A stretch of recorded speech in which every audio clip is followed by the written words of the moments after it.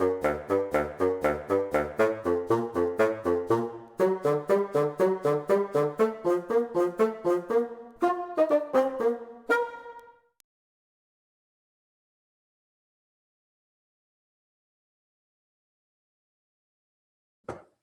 Brett. Hi, Diane.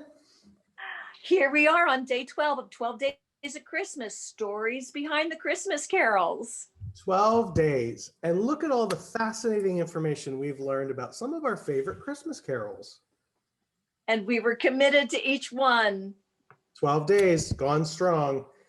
Our last Christmas carol to share with you has to do with Epiphany, and it's We Three Kings, written by John Henry Hopkins Jr. In the church calendar year, Epiphany, which is January 6th, tomorrow, celebrates the day when the wise men arrived to see the baby Jesus. Correct. What's interesting about this carol, well, actually about the composer of this carol, is that he served as the rector of Christ Episcopal Church in Williamsport, Pennsylvania. Really? Well, that hits close to home, like right here in our backyard. Makes them sound like family. Hopkins was born in Pittsburgh. He graduated from the University of Vermont and also studied at the General Theological Seminary of the Episcopal Church in New York.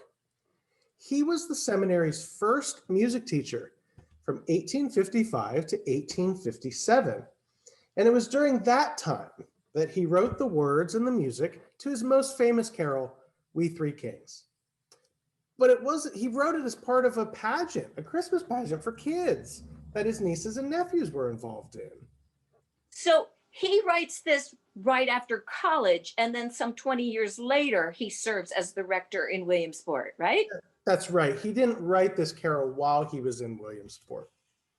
I really like the compositional style of this hymn, Diane.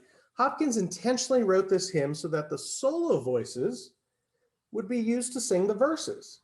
And then everybody else in the pageant would join in and sing the refrain. This lovely carol teaches us the names of the kings, although never mentioned in the Bible, but it does reference each gift of gold, frankincense, and myrrh in a minor key, and then switches into a major key for that lovely refrain, which addresses the majesty of the Star of Bethlehem. That bright, beautiful star.